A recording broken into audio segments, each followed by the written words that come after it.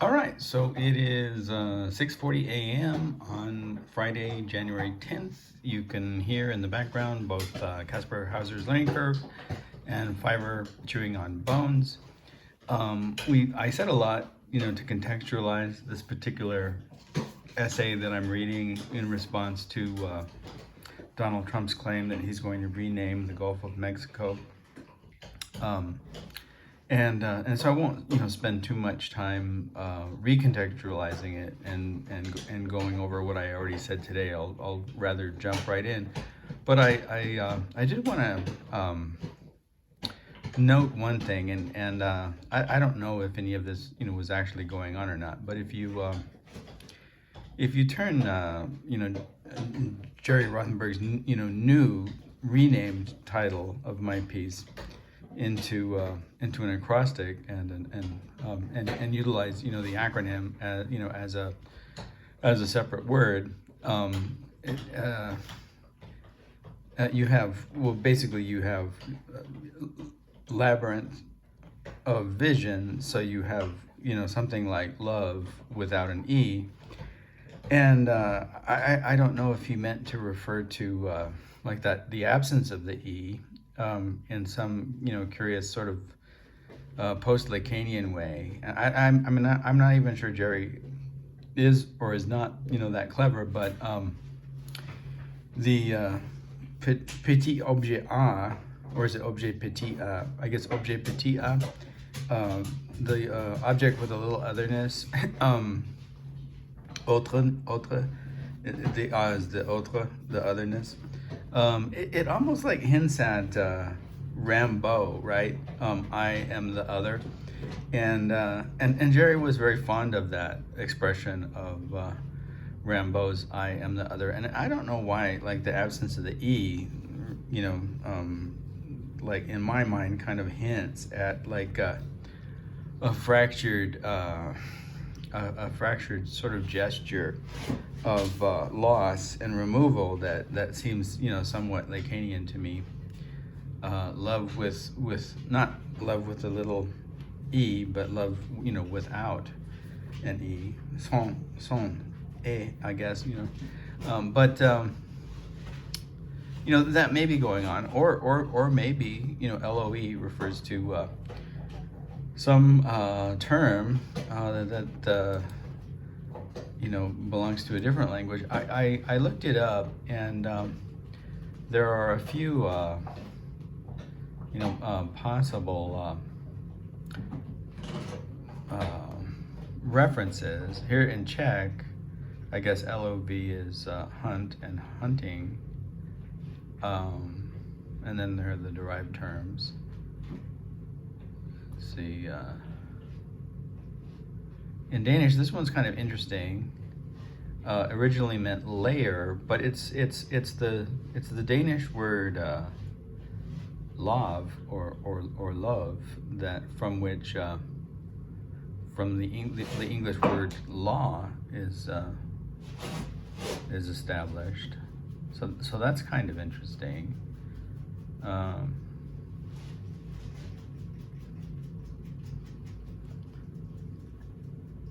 What else?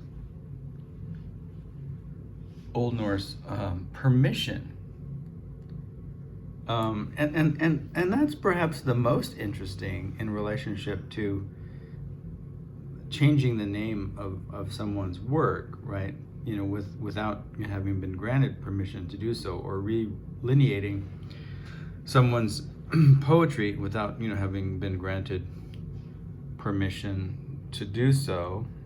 Or I suppose taking it upon oneself and giving oneself the permission to rename a location and assuming that one has the authority to do so. I'm referring to Donald Trump in that instance. And here's another one that's kind of interesting. It's I guess it says dated. Does that mean like obsolete? Or I'm not sure what dated means in this context, but praise. So in that instance, if it's not being used ironically, maybe it there's actually a compliment in somehow like taking the authority to change the name. I mean, it all gets confusing and ironic and complex, right? And I don't know this language. I don't even know how to pronounce. I don't even know how to pronounce this language. But to vomit, that certainly wouldn't be a compliment.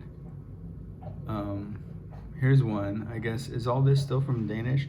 Imperative of love. Now, does that mean imperative of love in English, or does that mean imperative of like to hunt, like hunt? I don't really know.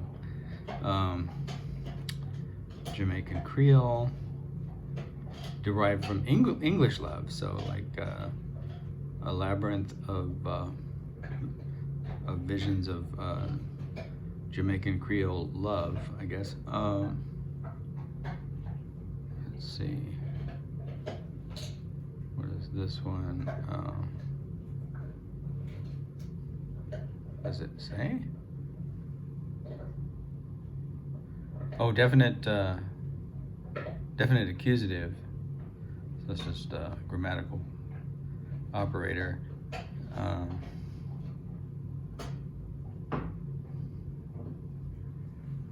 not getting what this means, but it's from Latin lupus, so from wolf, I guess. Loaf. Interesting. Wolf. So yeah, I've always considered myself to be at least part wolf.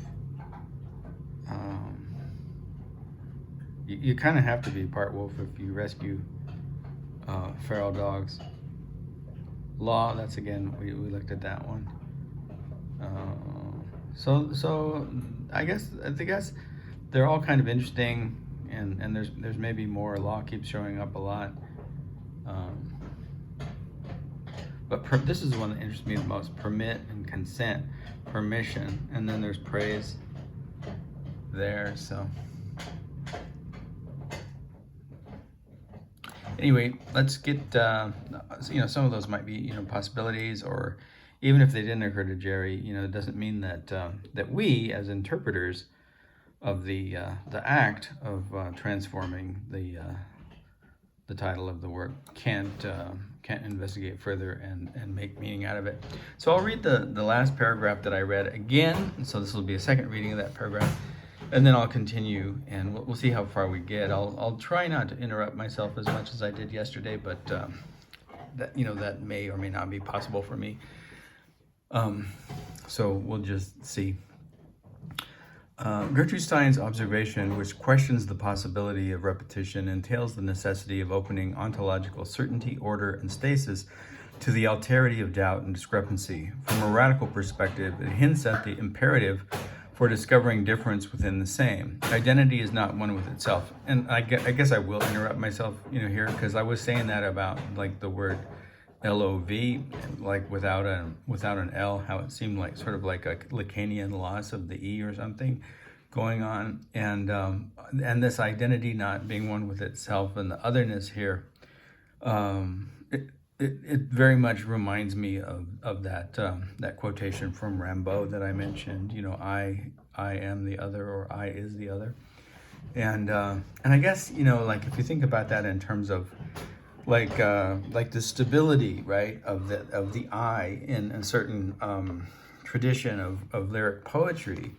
Rimbaud is the first to suggest that even within that tradition there's a certain amount of instability, and then that's there in Whitman too, right? Do I contradict myself? So I contradict myself. I am multiple, and it certainly was, a part of what I was trying to do with a labyrinth of visions, or labyrinth of vision, I guess. I'm not sure. If Jerry has the authority to change the title, if it's really titled Labyrinth of Vision now, or if its real title is, it's like Donald Trump. He's like, once he decides that he's going to change the name to the Gulf of America, is it the Gulf of America, or is it still the Gulf of Mexico? Who knows?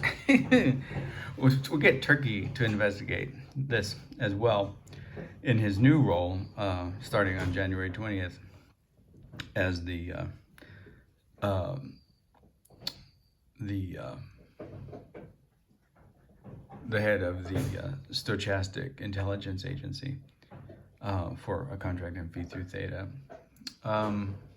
So yeah, I was thinking about, I guess Rimbaud and all of that, and then like the relationship to lyric poetry, and in one way or another, like Jerome Rothenberg is a lyric poet, right? There's often this I, or like even if it's not fully present in any particular poem, there's always like the hint or suggestion or ghost of the first person personal pronoun operating, within the poem, and my poetry, doesn't necessarily do that. It did here, and it did, in this moment, and it was really kind of interesting that a few people didn't really get that I was playing that out and critiqued it and said, I had one guy from where was it?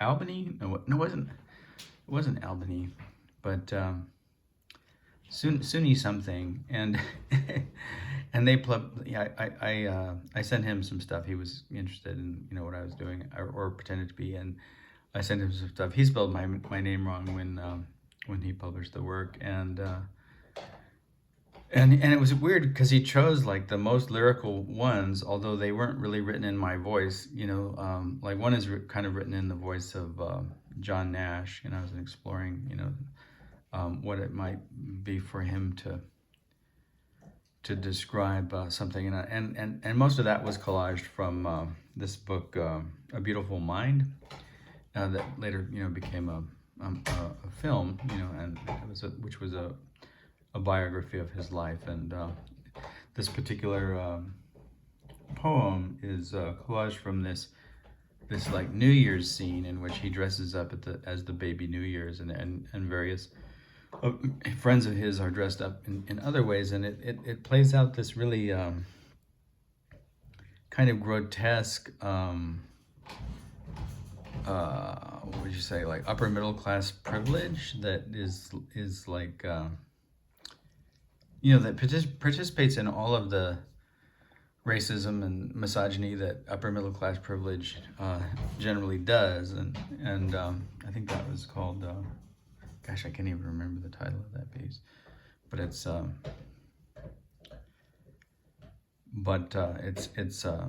I mentioned in the title that it's dedicated to John Nash, and that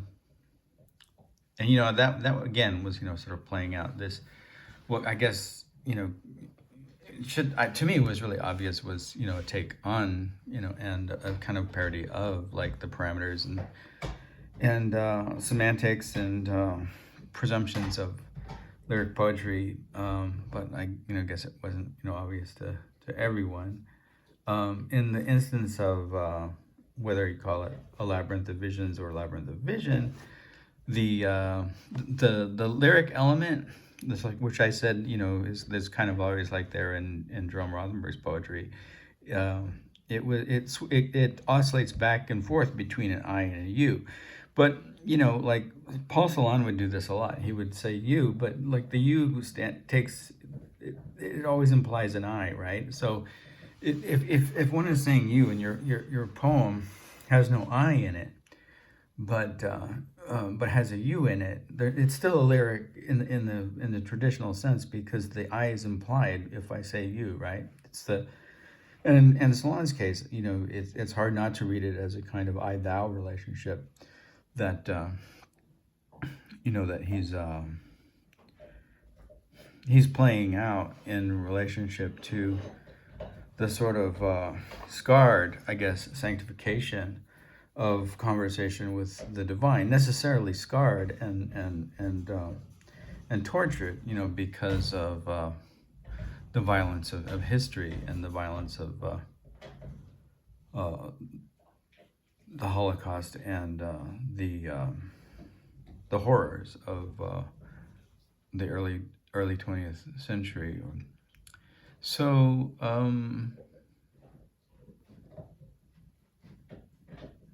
so where are we? The identity is not one with itself. The king, symbolic archetype of authority and control, is always already accompanied by his fool. And of course, whenever I use the word always already, that's a reference to Merleau-Ponty, right? And therefore, like, is just like a nod to like think about this from a phenomenological point of view. And the phenomenology of Merleau-Ponty, you know, if you're not familiar with it, is very different than this sort of Husserlian or Heideggerian, you know, phenomenology and the those ontological circles that they get embedded in. And he's really much more about phenomenology as the relationship between perception and understanding, mind, eye, and interpretation, right? Whereas the Husserlian, you know, logia, I guess, of phenomenology is really constituted by this ontos, right? This fascination with being, right? So the always already is playing with, you know, some of the things that we've been doing recently. You know, Merleau-Ponty's chiasm, like the you know, what lies between the visible and the invisible. And sometimes he refers to as the flesh of the world or the flesh of time, and so, you know, that's a little nod to that if anyone wants to investigate it. Anyway, and here's another sentence fragment.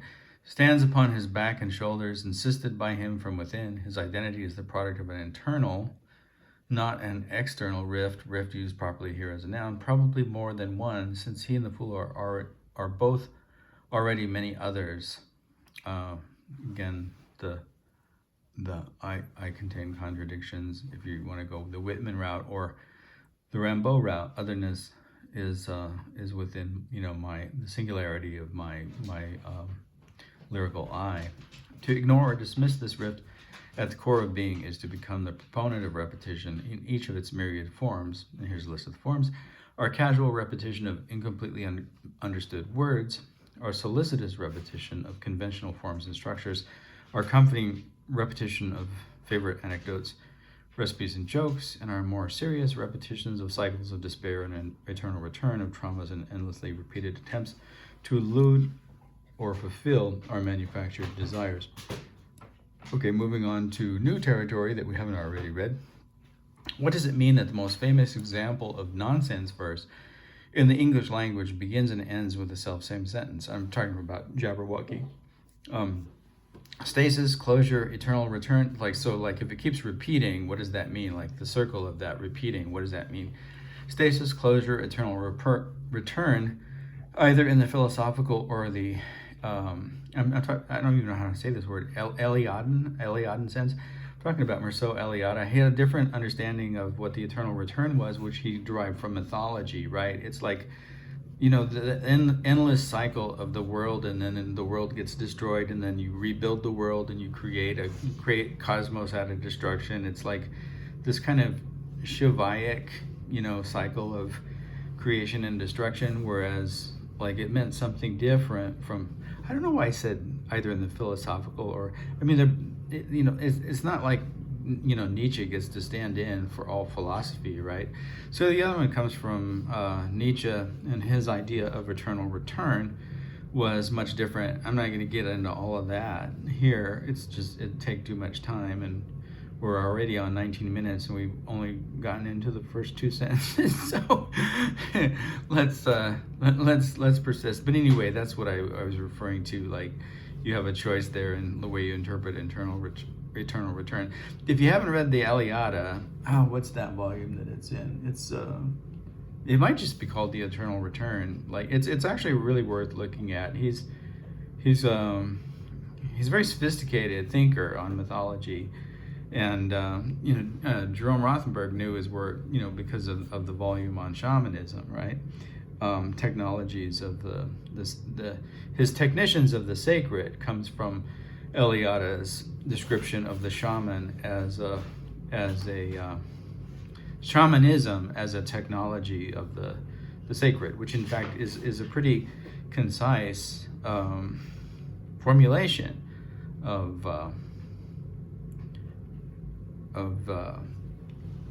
the shaman's work, a technology of the sacred, a sort of mediation between, you know, the forces above, the forces below, and the forces in our, you know, our space here, you know, wherever that is, you know, to the side, I guess, I don't know, or right in the middle, you know, as I mentioned, and as, you know, just a little footnote on that, as I mentioned before, I was always like profoundly, you know, baffled and struck by the fact that, you know, so much of Jerry's life work was based, you know, on these ideas or proceeded, you know, out of these ideas, and yet, you know, Jerry himself didn't seem to believe in the sacred, and that disbelief, you know, in particular, came out in you know, life encounters rather than the poetry, but in person and in person in conversation and you know, face to face, you know, there was often a denial of all of this, and I think that how to put it? I'll put it this way: in spite of the praise that he gave to the primitive on paper in his work, the dismissal of the ideas of the primitive, including, you know, the idea of the sacred and the technologies of the sacred as being irreal or fabricated, you know, somehow, you know, sort of belied a either ambivalence or just, you know, rejection of certain kinds of beliefs and systems of thought as mere superstition. So there was this contradiction between the praise that occurred on paper and what he expressed as his own belief. And I guess, you know, some of that is trying to play itself out here. My dog is biting me while I'm explaining this, and so it's I'm getting a little distracted. That's Caspar Hauser's learning curve. He was chewing on my hand. Yeah, you can see that he is. He manages to find something that interests him. The bite force of this dog is extraordinary, as you can sort of tell from his head, and even when he's being friendly in his biting, you know, it's no joke. Let's put it that way. All right, so let me just begin again. We're about 23 minutes in, so we'll see how we probably won't we probably won't finish the reading today, obviously. What does it mean that the most famous example of nonsense verse in the English language begins and ends with the self-same stanza? Stasis, closure, eternal return, either in the philosophical or the Eliada, so Eliadan, I guess, sense. What Alice makes of the poem on her own, without future assistance from Humpty Dumpty, obviously a fool and arguably the figure of a king. And I think I'm, you know, playing out, you know, here. David Atton had an essay called "The King and the Fool," or something like that, or "The Fool and the King," and I think, you know, putting Humpty Dumpty in, like, kind of played that out a little bit. I think Jerry published a part of that essay of David's before I wrote this, and then like published the rest of "The Fool and the King" afterwards, which was kind of interesting. So we create like this king fool sandwich here a little bit with the egg. I guess it's an egg sandwich since it's Humpty Dumpty, and I constitute the egg, and David, you know, constitutes the bread or something. I'm not exactly sure how it works, and I'm not even sure that everybody else, you know, picked that up or whether it was just something that I was aware of and playing with. A lot of my work is kind of subtle, and it traverses time, and sometimes the time that it traverses are decades.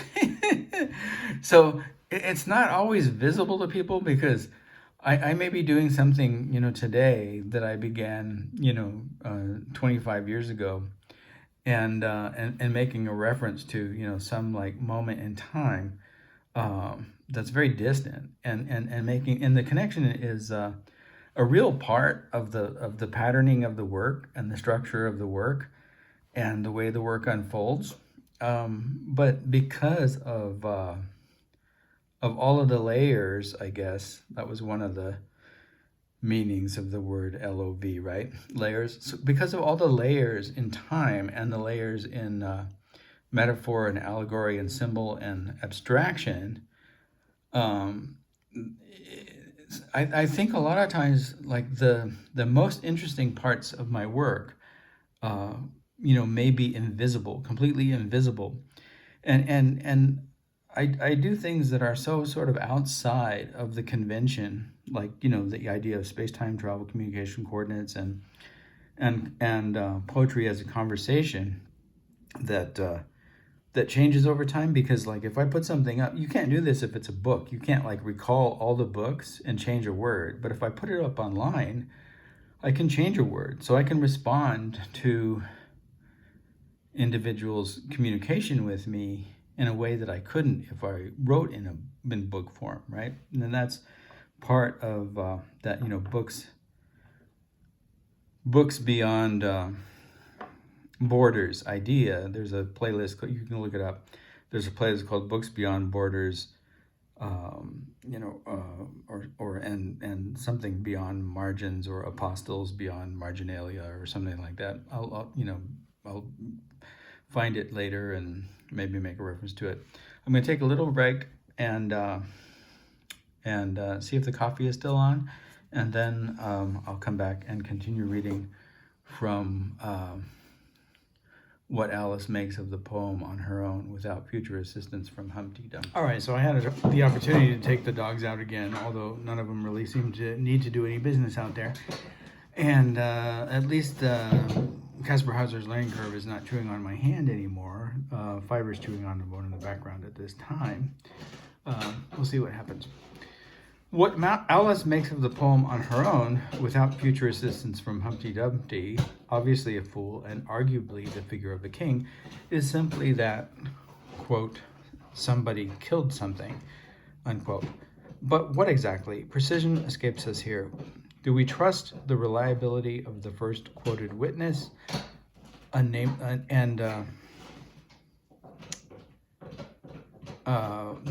witness is the one who informs the speaker of the poem, and he's quoting the witness, "Beware the Jabberwock, my son." I think it's my son.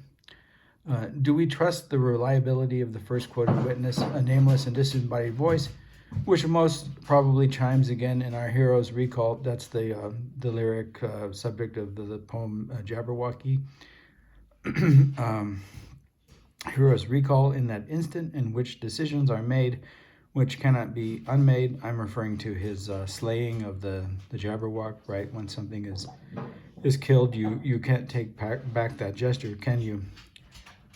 Or must we look elsewhere within the tangled woods? And then that's play on the various neologistic spellings and etymological references in Lewis Carroll's poem, and including the idea that this occurs in a dark wood, and which I imagine is part of this tradition of meeting the creature in the forest, right? Like and really goes all the way back to Dante, right? And sometime in the middle of my life, I found myself lost in a dark wood, right? And I'm certainly playing on that here. Or must we look elsewhere within the tangled woods of the creature's name? That is the Jabberwock, right? In jabber and wose, onomatopoesis, hiss and scree, squark, neologlossia, and so I'm playing with glossolalia and neologism there, and glug glug. One wonders seriously if the Jabberwock might have had something important to say. And I guess, in that instance, I'm kind of like hinting at that, individuals who are ostracized from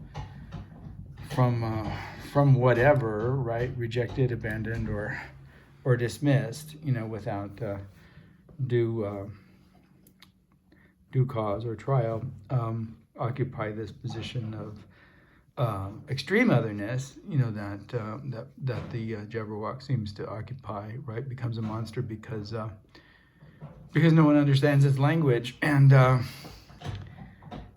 rejects, that it might have anything, of significance to say from the very outset, right? Always already rejected because it is so outside, I guess, the comprehension of those who find themselves lost in the dark wood. In my own poetry, I recognize this entity as that sort of guide Virgil constitutes for Dante. So imagining the Jabberwock as a kind of Virgil. Monomythos turning to polymythos through the surge and noise which issues from within. One has to listen carefully to begin to comprehend such speech, and that certainly has proven to be true. But if indeed the stakes are as significant as those perceived by the author of the comedy, which I believe that they are, this is the work that must be done, the invitation to voyage. That's another, is that Charles Baudelaire, I believe, the invitation to voyage, which one cannot refuse. The great epics of our madmen have never looked anything much like epics at all. And typically, we have looked for them in all the wrong places. That is, looked for, the significance of the epics. Looked for masterworks and successes in the two failed theaters of Artaud. I'm referring, of course, to the Alfred Theater and the Theater of Cruelty. Looked for grand schemas and examples of poetic genius in the Shepherd's Calendar of John Clare. When the real brilliance in heroism, if one can use such a term seriously today, of each lay not in the artifacts from their production, but in the enduring performance. Oops, I hit a button. I think I hit a button on my keyboard that moved us down.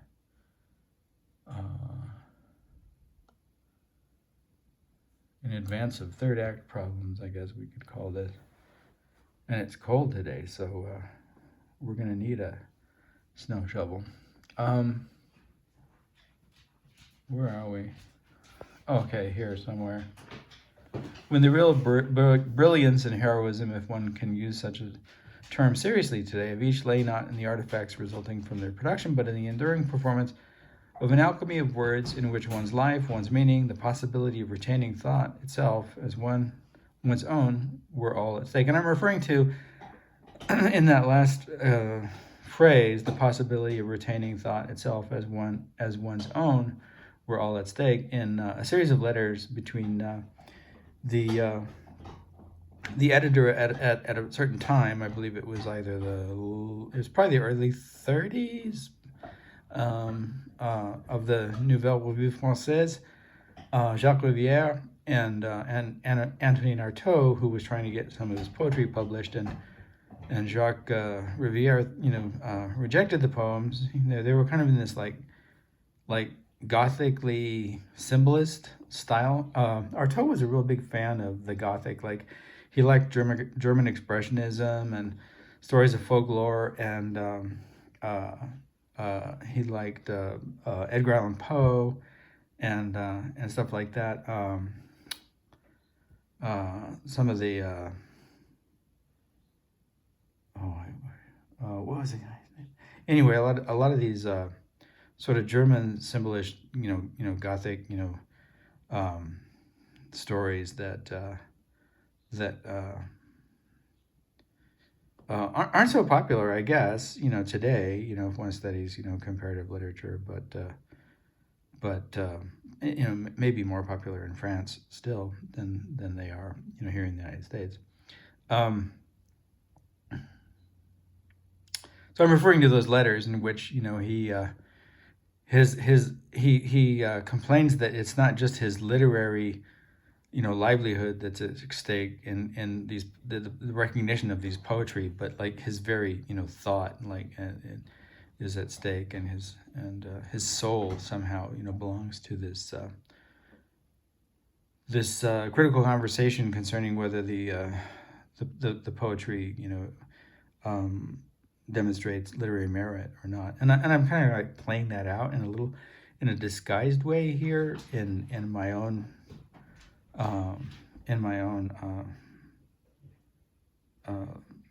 essay as a relationship to where it's going to be published. I don't want to say too much, but I think you get where that's going. Like there's an analogy between what I'm doing and what Artaud is doing, and Jerry as publisher, and Jacques Rivière as publisher, right? So I'm playing all of that out in these kind of subtle ways. And anyway, and that last line hints at it. You know, if you want more information on that, I'm sure there's a volume. I'm not sure Susan Sontag's volume on Artaud has it, or whether it's elsewhere. There's a Jack Hirschman anthology, I think. I think it's Jack Hirschman. Anyway, there's an anthology that I do believe has at least part of the exchange of the letters, and they're interesting. They're worth reading. You get a hold of it. Denied access to the inner sense, robbed of the innocence of language de jour, such madmen reenact the quest for the missing fleece, that is, the meaning of language. For this doubliette full, doubtful, and then I'm trying to like play on the theater and its double, right? Like the Artaud's famous essays in the theater and its double, so double, like the double, the doppelganger, right? For this doubtful and doppelganger and dubious existence de facto, and then the existence here is playing on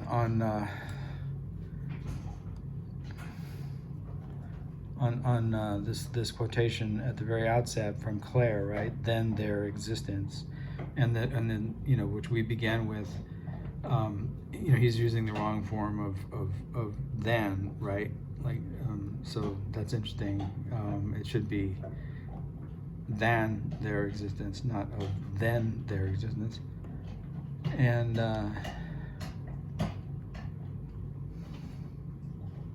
although, you know, the conventions of spelling may not have been so fully articulated at the time that he wrote that letter as they are today in English. Where are we?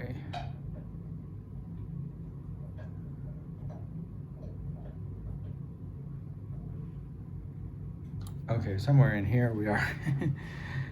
Denied access to the inner sense, robbed of the innocence of language de jour, such madmen reenact the quest for this missing fleece, for this doubliette full and dubious existence de facto, in lives lived literally. And then I make some, you know, I change some of the letters around, and then, you know, I'm hinting at literal versus oral here, and lit orally, and perhaps hinting at words like litter and ally, and oral is certainly in there, and little, you know, is perhaps in there, which spelled, you know, slightly differently, is a reference to Alice Little, right? The inspiration for Alice in Wonderland. But also I'm playing out the kind of neologistic language game that Lewis Carroll, you know, plays with in Jabberwocky, within letters and the sense which escapes from them. And I'm also playing on, like, what I'm going to get to later, which is actually a kind of reading of letters sent by, you know, John Clare from, you know, a mental institution to various individuals, and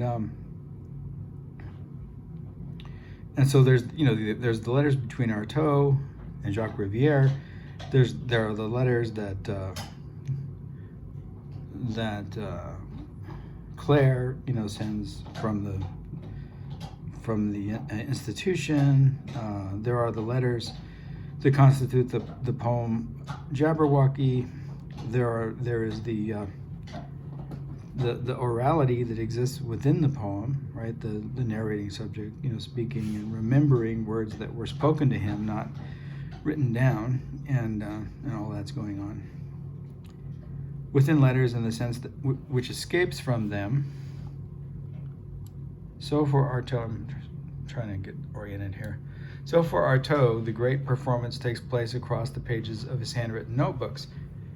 In the curious formation of magical spellings, and even more incomprehensible, the transcription of glossolalia.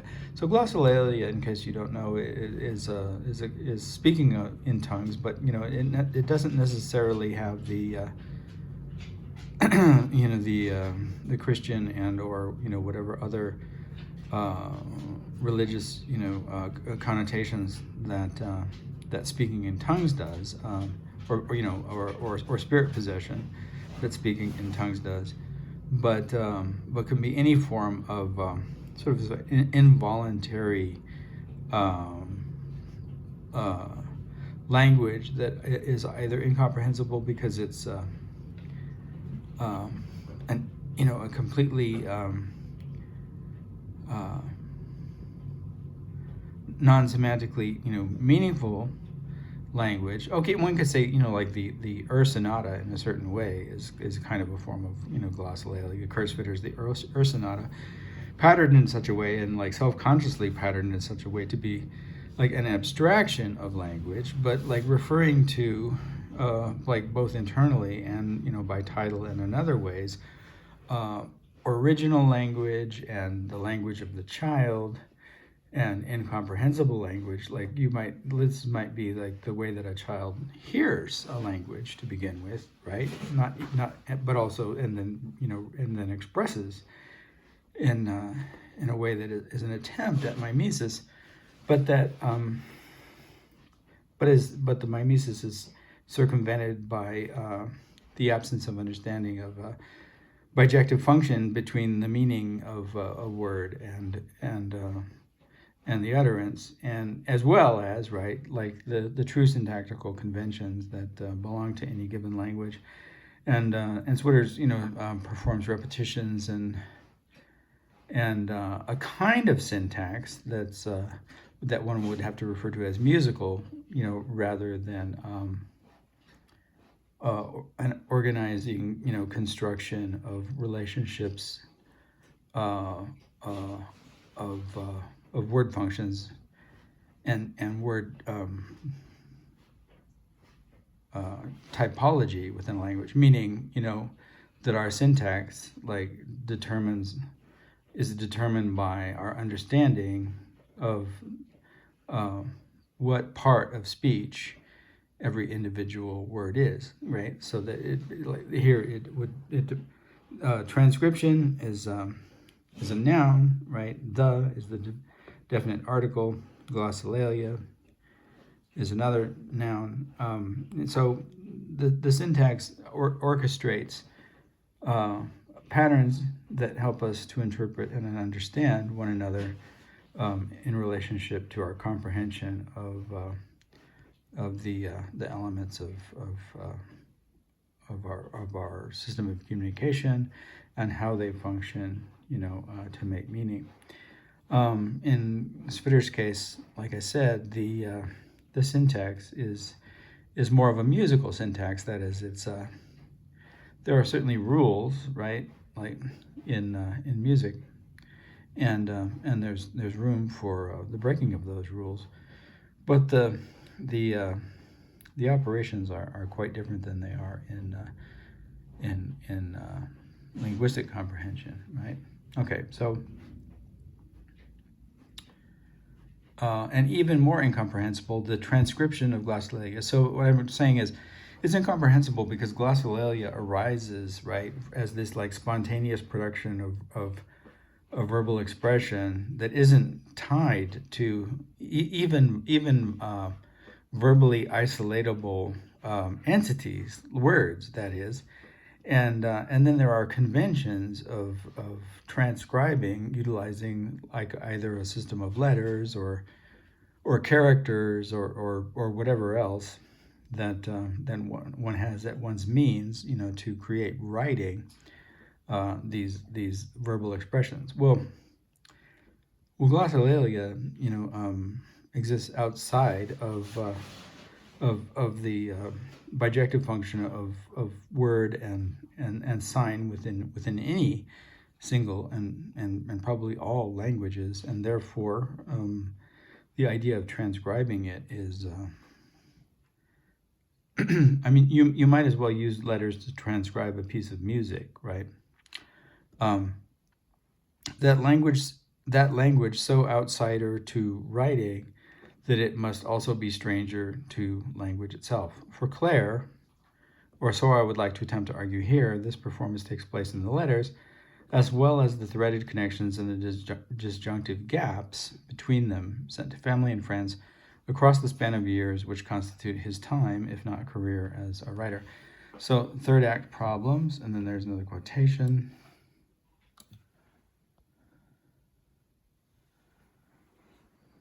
The square of the orbital period of a planet is directly proportional to the cube of the semi-major axis of its orbit.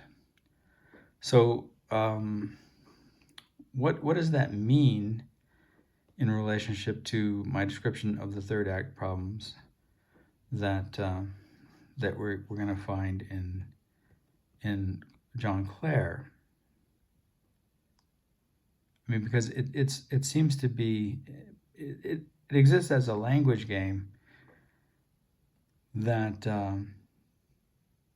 that comes from an entirely separate field of study than what we seem to be looking at, which is we're looking at examples of performance and language and speech acts and writings and poetics, and then we have this mathematical observation, right, about physics, and that that relates in a certain way to some of the preoccupations of Artaud, who, as a kind of mystic and magical thinker, shared ideas. I wouldn't say that Artaud, was an alchemist per se, but he shared ideas of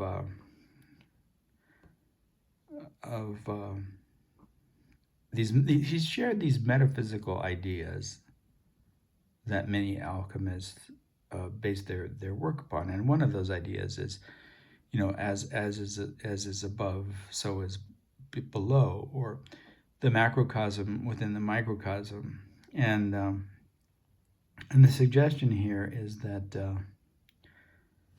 these operations, right, that we're looking at, that are performed on this micro and minimal level of the individual life, right, are also part of the and are distributed across cosmos as well.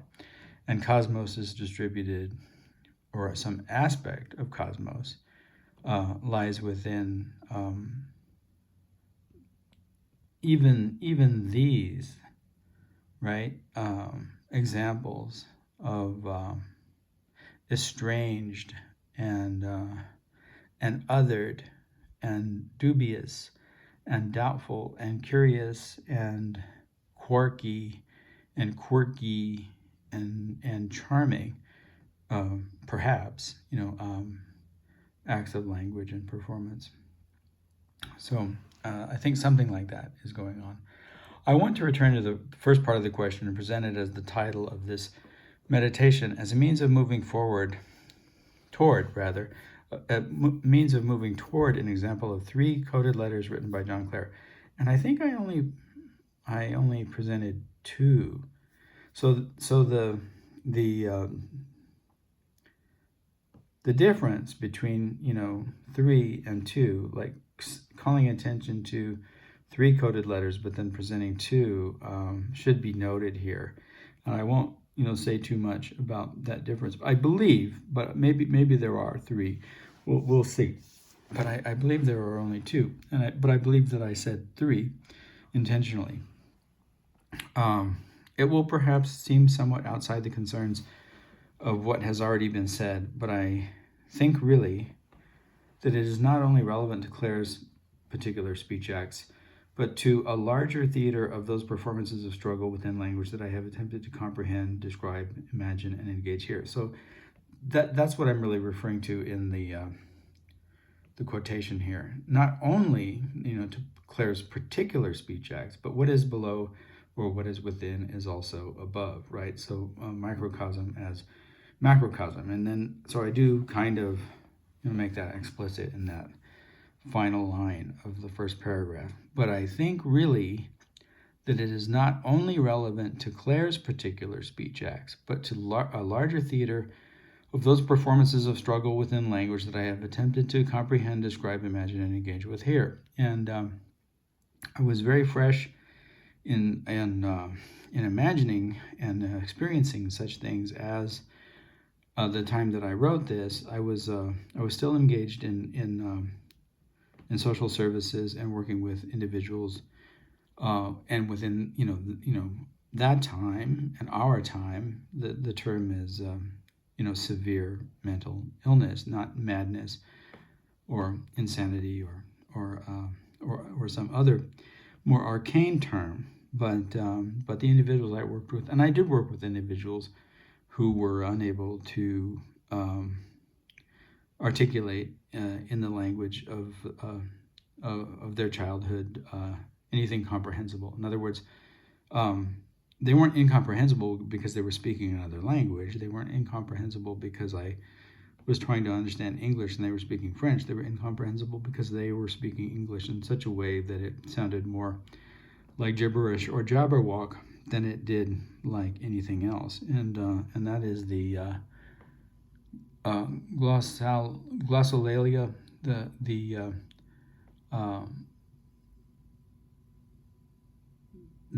glug, what did I refer to it as? All of those scree, all of those words,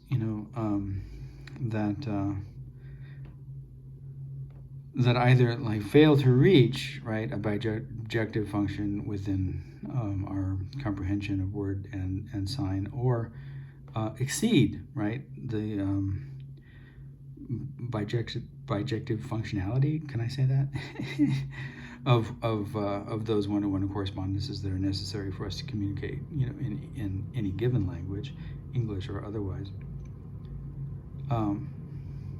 But to a larger theater of those performances of struggle within language that I have attempted to comprehend, describe, imagine, and engage with here. Okay.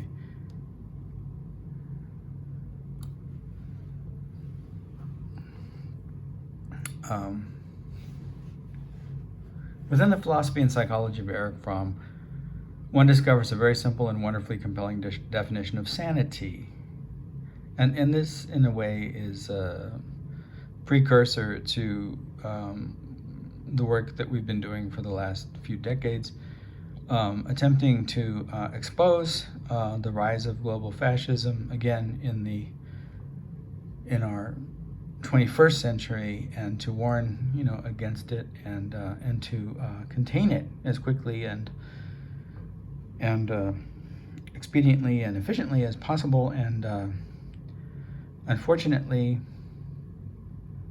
a lot of our work, perhaps is not reaching the eyes, hearts, ears, and minds of an audience that I would wish it to, because once again, we have the United States has elected a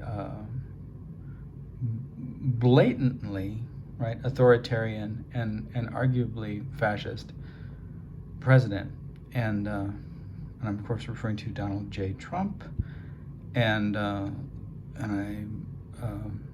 been warning about this phenomenon directly in relationship to Donald J. Trump, but generally as well as in the statement by Kepler, right? And the relationship between the particular and the general, and so bringing Fromm in is in a way calling attention to a larger social arena, in which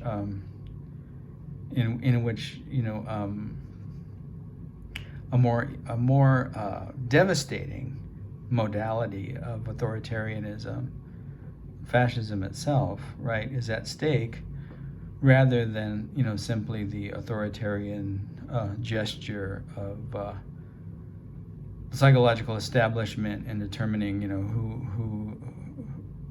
who is allowed to name the mad one, right? Who is allowed to call Artaud insane? Who is allowed to imprison John Clare? Who is allowed to name this, that? Who is allowed to authorize a marriage? All of these are forms of authority that assume certain principles of privilege and both symbolic and actual power, and therefore they belong to an authoritarian arena, as do teaching strategies that arrange children in rows and have them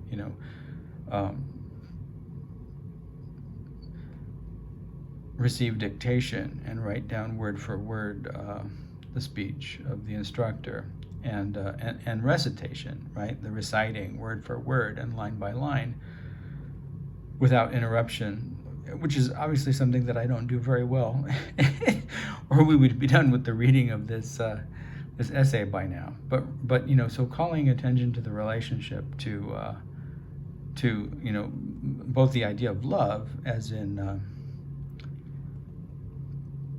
LOV plus E, I guess, labyrinth of visions in whatever exists beyond that, energy, I guess, and as a response to whatever it is that's missing, that creates this vacuum within which authoritarianism, patriarchy, and fascism emerge, right?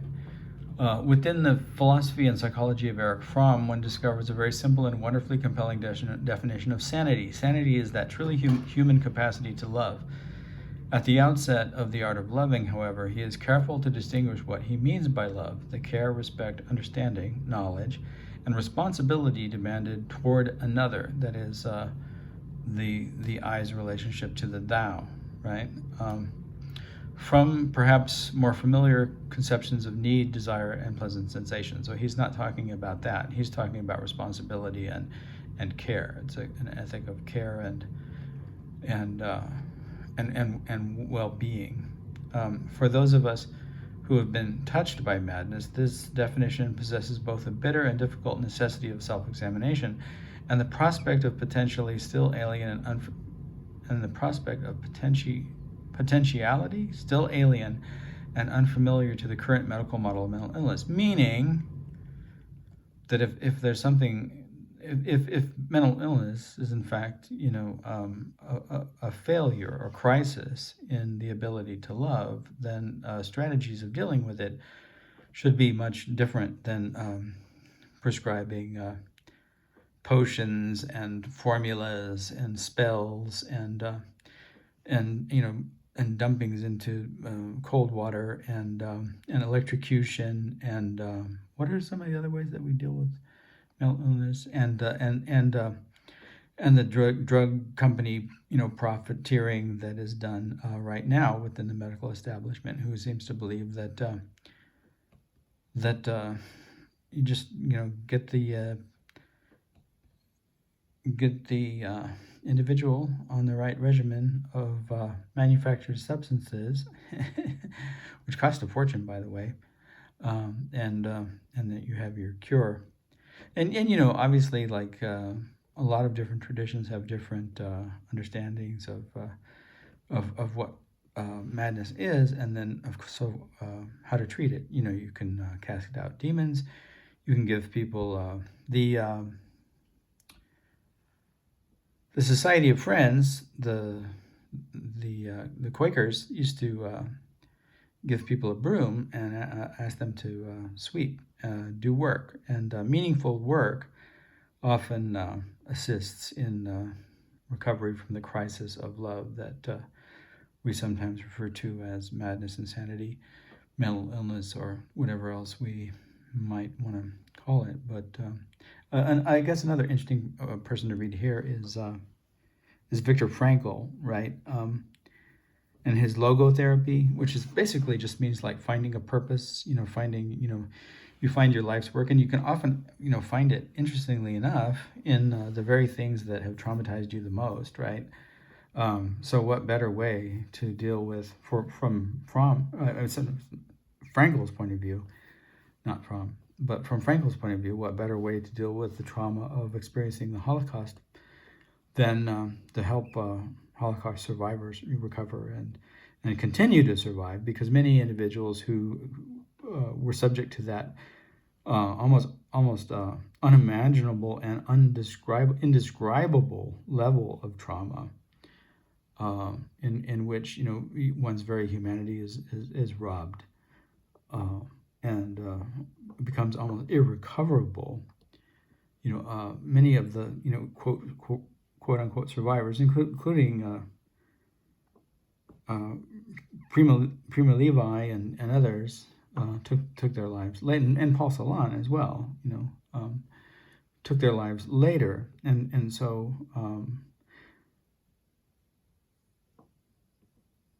they were survivors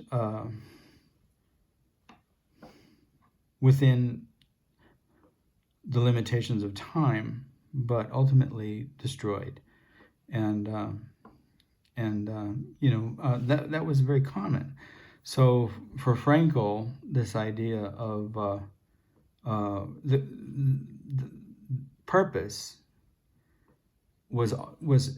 began with an idea that our deepest purpose comes from our deepest injuries, and that was another way, of assisting in the recovery of this failure or crisis of love. And what is suicide other than a crisis of love of oneself, right? Some thinkers like Albert Camus, attempted to address, this question of suicide and acceptance in this kind of existential philosophy that he discusses in it's the Sisyphus book, but it's the something of Sisyphus. What is it? It's not the meaning of Sisyphus or the myth of Sisyphus. It's anyway. I had that volume, Sisyphus, whether it's the myth of Sisyphus or whatever it is, and but I lent it to someone and they never returned it, so I can't go check what the title is. I can look it up very quickly online, and then we'll get back to the. No, so I think it is the myth of Sisyphus, isn't it? It's yeah, I think it's just the myth of Sisyphus. Well, let's see.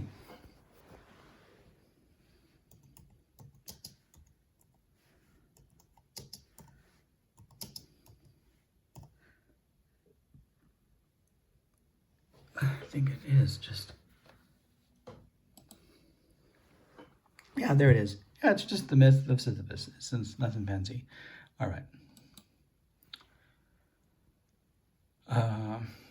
Let's start again with that paragraph. Within the philosophy and psychology of Erich Fromm, one discovers a very simple and wonderfully compelling definition of sanity. Sanity is the truly human capacity to love. At the outset of the art of loving, however, he is careful to distinguish what he means by love, the care, respect, understanding, knowledge, and responsibility demonstrated toward another, from perhaps more familiar conceptions of need, desire, and pleasant sensation.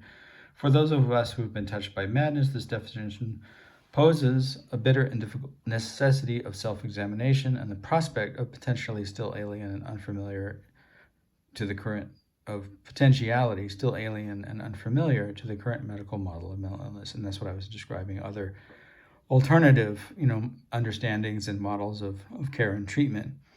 And if love is indeed an art, a practice, a discipline, in the sense in which Fromm defines it, then is it not possible for those who have felt the void of its absence so powerfully within our madness, folly, right? Folly, to recover that belonging to both language and world? And again, if this is so, then is not the practice of love the essential telos, which must replace our desires for the rewards and recognitions awarded to the attainment of such golden fleeces? From the outset of his career, and then I guess I talk about the letters with Jacques Rivière here, so I didn't really need to do all that pre-explaining. From the outset of his career, it's been a while since I wrote this piece, almost a couple of decades, I think. From the outset of his career, Artaud engages in this struggle in reverse. When he asks what he asks from Jacques Rivière, an assurance of absolute acceptability of his literary existence, and then I'm playing with literal and literary, right, cannot be given. He will not find it in the approval of another. Neither will he bring it into existence through the rage addressed to the conditions which has robbed him of the right to speak.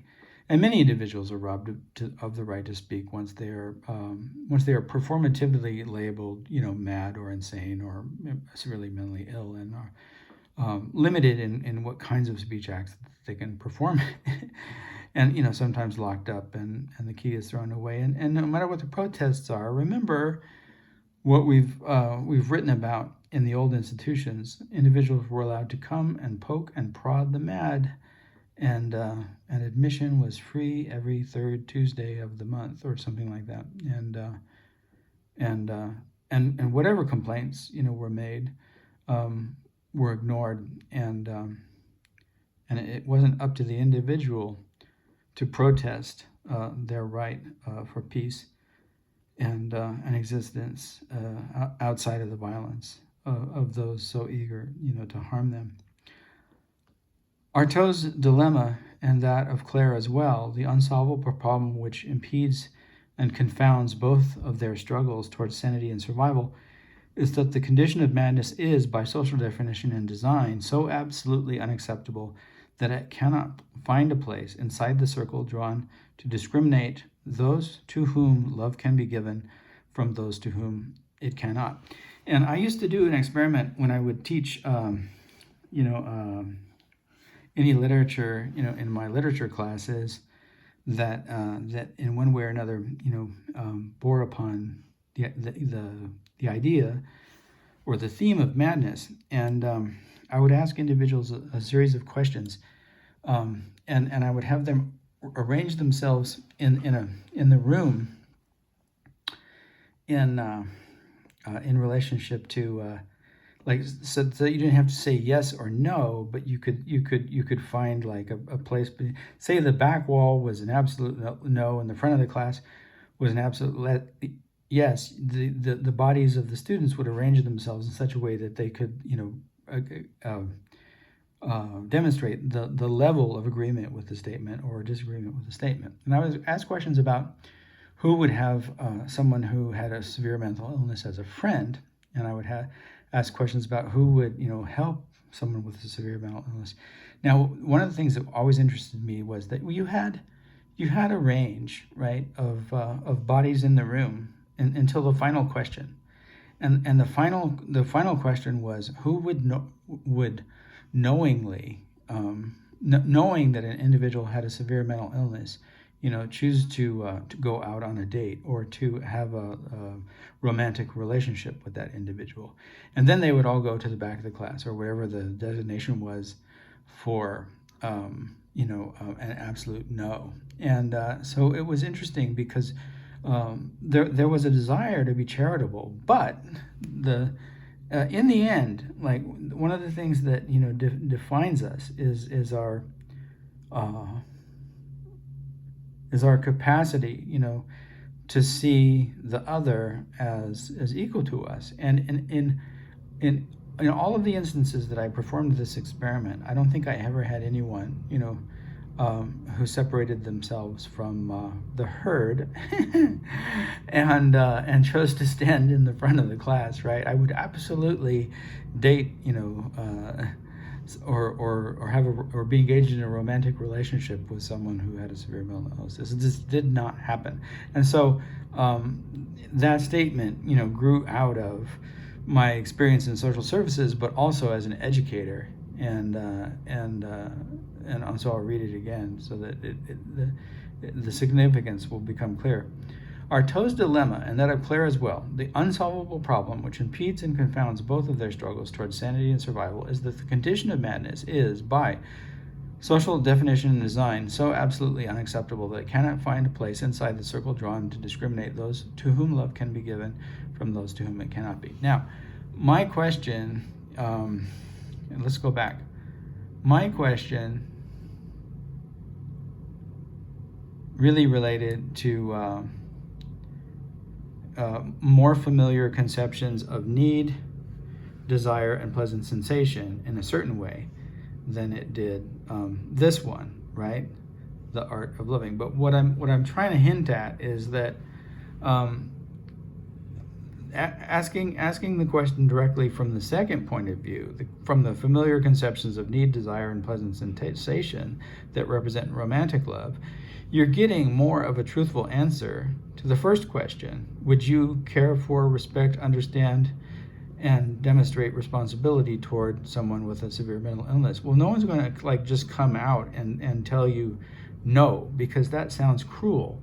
And everyone wants to believe that they are not cruel, that they are in fact kind and good. And you ask someone sometime, are you good or bad? And they'll say they're good. It has no relationship to their actions or even really their own self-understanding, right? Because many people live in shame and fear and denial and loss and self-hatred, but they'll still, they'll deny that in the statement. But asking it from the second point of view tells me more about the reality of whether an individual can, right, bring themselves to care, respect, understand, love, responsibly act, and demonstrate kindness, toward an individual with severe mental illness. Okay, so in both Artaud and Claire, perhaps in Nerval as well, and they're, again, addressing, Jerry rather directly, right, who compared Labyrinth of Vision or A Labyrinth of Visions with Aurelia, Nerval's great romantic prose piece.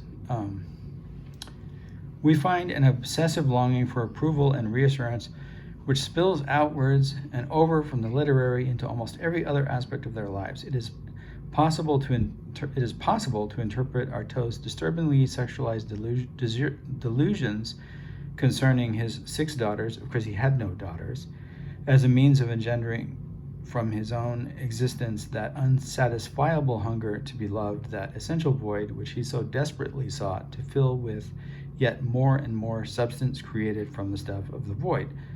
Artaud himself writes that he, quote, thought a lot about love at the asylum in Rodez. Is it Rodez or Rodez?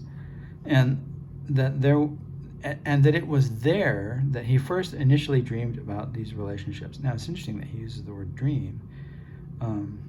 It is almost difficult to imagine a more confused and tormented misdirection of love as Artaud presents it, and it is remarkable that he reveals it so matter-of-factly in a letter to Gilbert Relly, I don't know how to pronounce these French names, himself a literary biographer. And I guess what I mean by confused and tormented misdirection is that, Artaud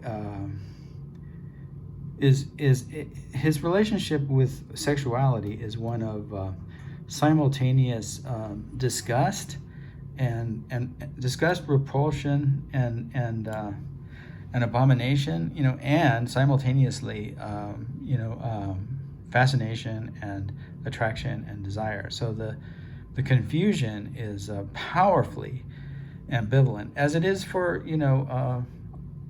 a lot of religious folks, right? Like the Jerry Falwells and what was the guy with the big tears that had all these affairs and relationships with prostitutes, and then would cry about them and come back to Jesus. I can't remember. I don't really keep track of Christian evangelists, but it's there in Mike Pence too, right? And his I can't be alone in a room with a woman without the presence of my wife. It's clearly there. So all of that I want to say effed uppedness and ambivalence in relationship to one's own desire, right, is projected onto the female, petit objet, object of desire through the difference, right, or otherness. And then I switched to Clare. Throughout his letters, Clare expressed similar concerns regarding the absolute acceptability of his literary existence. From a letter to John Taylor, in which he expresses some great distress concerning, I lost my place, the fact that a published work seems to share ideas of his own, he writes, I will write out the verses for your opinion. So he's like justifying whether this is plagiarism or not, right? I will write out the verses for your opinion. The coincidences, as such things are called, might be construed into imitations by many, and as mine was first published, I like to be correct on that point, though in trifles. For Mr. Southey seems to hold uneducated poets in very little estimation, and talks about the march of mind in a sneering way. And then elsewhere, however, in letters to his wife, Patty, and his son Charles, to family and friends, maybe that's the third letter I was talking about, he seems quite capable of the practice of love, concerning himself with the welfare of others. And I'm talking about, as defined by Fromm again here, the welfare and happiness of others, and regretting his inability to participate more fully in their lives. And yet, still, as the examples which follow demonstrate, the delusions and confusions persist, with Clare performing amorous solicitations most certainly unfounded, uninvited, and undesired. And then I provide examples of his coded letters to a few of these ladies, including a woman named Mary Collingwood. And here's the letter. I'm not going to read it out. You can decipher them. You just put the vowels in as you see fit, and then you get it. If you want to look it up, you know where it is. Elsewhere, and there's also a volume that contains all of these letters that he sent from asylums, so you can get that if you want to. I don't have it anymore. It was lost with all of the things that I lost at one point. Elsewhere, to Mary Ludgate, Clare expresses, and then more stuff. And like I said, you can, but the idea is that he has these delusions that he has relationships with these women, and they were merely being kind to him, and I found that interesting when elsewhere, like, he seems capable of feeling that kind of Frommian love in relationship to the members of his own family. The fact that these three letters, all curious examples of so there are supposed to be three, and there aren't three, unless I'm referring to Artaud's, but I believe that there are two, and for some reason I put three. So that's an interesting question, but I won't try to answer it here. The fact that these three letters all, so what would three letters be? Like something like L-O-B, I guess. All curious expressions of amorous love to women doubtfully receptive to such are written in code, suggest that on some level Clare himself is aware of the social impropriety of his expressions.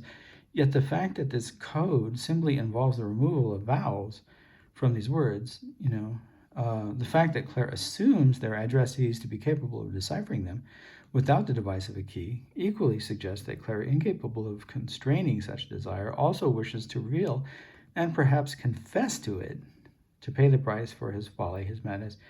his inability to honor the duties of love. And there's always like an implicit confession in these examples of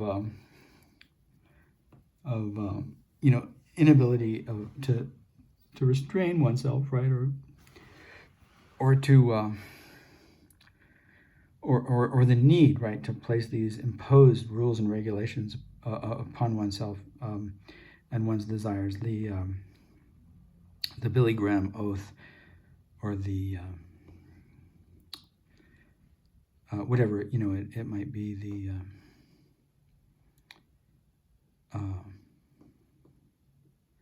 what is it called? Modesto Manifesto.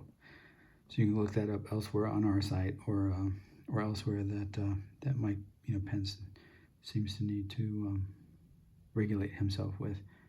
And again, perhaps ironically, as in the case of Artaud, here is where we discover the awesome tragedy of Claire's humanity, in that very place in which it fills him so completely, not in the passages themselves, in the words, or here, even in these letters, from which the words are formed, but in the gaps between them. And I'm of course referring to the gaps in the vowels, between the consonants, the missing vowels is what I'm referring to. But in the gaps between them, in those vowels we ourselves supplied to the page, there we discover our capacity to believe in the sincerity of his epic, however contradictory that might be, right? In our own ability to fill in the gaps.